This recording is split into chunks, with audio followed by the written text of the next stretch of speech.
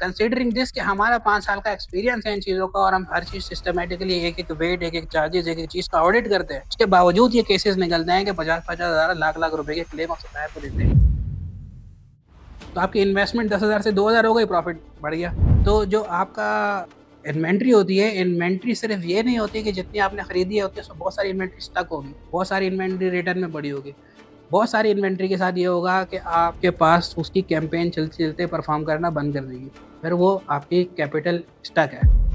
अच्छा, रिटर्न के हवाले से इससे पिछला पॉइंट जो मैंने आपको बताया कि रिटर्न बहुत सारा आपको नहीं मिलेगा, उसकी मेरे पास एक बड़ी प्राइम एग्ज़ाम्पल यहाँ पे शायद अभी मुझे मोहतशिम इसमें असिस्ट करें। मोहतशिम साहब जो है हमारे रावलपिंडी के जितने सप्लायर्स हैं ना, इनको मैनेज कर रहे हैं। तो बेसिकली ये विजुअलाइज़ करें कि आप लोग काम कर रहे हैं और आपका सप्लायर मैनेजर आपके साथ असिस्टेंस में मौजूद है, आपको सप्लायर से कनेक्ट करने को भी तैयार है। तो रिसेंटली रावलपिंडी का या किसी और सिटी का मुझे याद नहीं है, अभी किसी सप्लायर का क्लेम लगा है।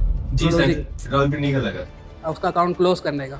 नहीं, वो रावलपिंडी का नहीं था क्लेम सर, वो हेरोनिया का लगे हैं जो 50 प्लस उसकी टेबल्स जो है ना वो डैमेज आई है हमारे पास वापस कोरियर की तरफ से। कोरियर की तरफ से। तो वो हमारी कॉस्ट भी बढ़ गई। सॉरी मैं वो कर थोड़ा सा नहीं मैं ऐड ऑन करूंगा कि उसमें हमारी जो है ना बेसिकली कॉस्ट भी बढ़ गई। हमने जो पैकेजिंग चार्जेस एलसीसी में रखी हुई है ना, तो वो पर प्रोडक्ट 30 रुपीज है।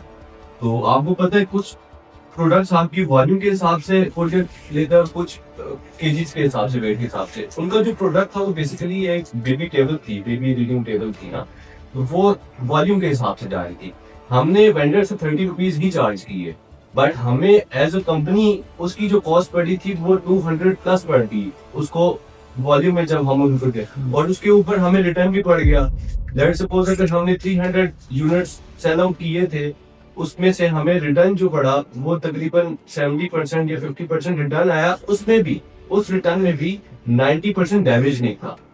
तो वो हमें हमारी कंपनी का लॉस था सारा। अब कंसीडरिंग दिस सिनेरियो, मैं आपको ये सिर्फ विजुलाइज कराना चाह रहा हूँ कि आप जो सोच के स्टार्ट करते हैं ना कि सिर्फ ऑर्डर्स निकल गए तो मैंने अचीव कर लिया, वो जस्ट बिगिनिंग है।